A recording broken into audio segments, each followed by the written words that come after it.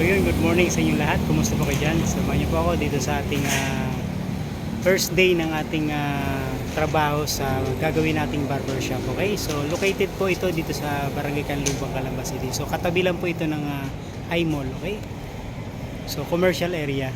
So meron siyang coffee shop, tapos car wash. Okay, so barbershop naman dito sa ating gagawin. So dala natin si Travis. Okay, let's go.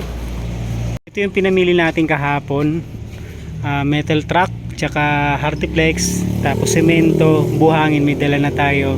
So ito yung ating magiging project ngayon, barbershop. So yung dimensions ito, 3.5 by 3 meters. Okay, so ganito yung magiging turnover. So ito ipaplastering natin to, tapos dito naman drywall sa kabila, tapos ceiling.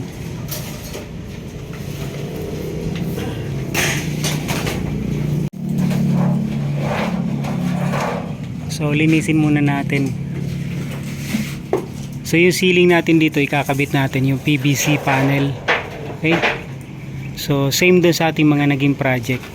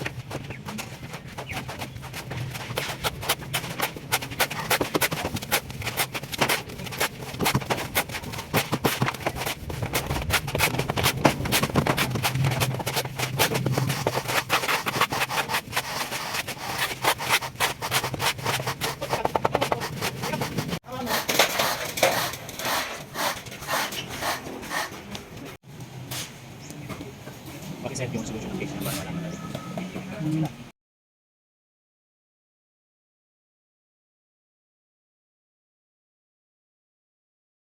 So yun, magandang hapon, magandang tanghali. So bali half day lang tayo ngayon. First day, half day lang tayo. Okay, so hindi pa tayo makapag framing, gawa ng malambot pa yung ating bagong plastering. Alright, so hopefully bukas makapasok tayo. So ililipat natin dito sa kabilang side, tapos yung electrical. So magiging industrial finish lang po ito.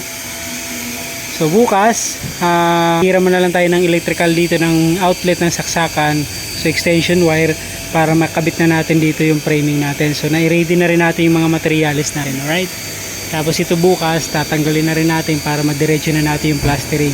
Okay, so half day of work, barbershop project. Maraming salamat mga boss, and God bless.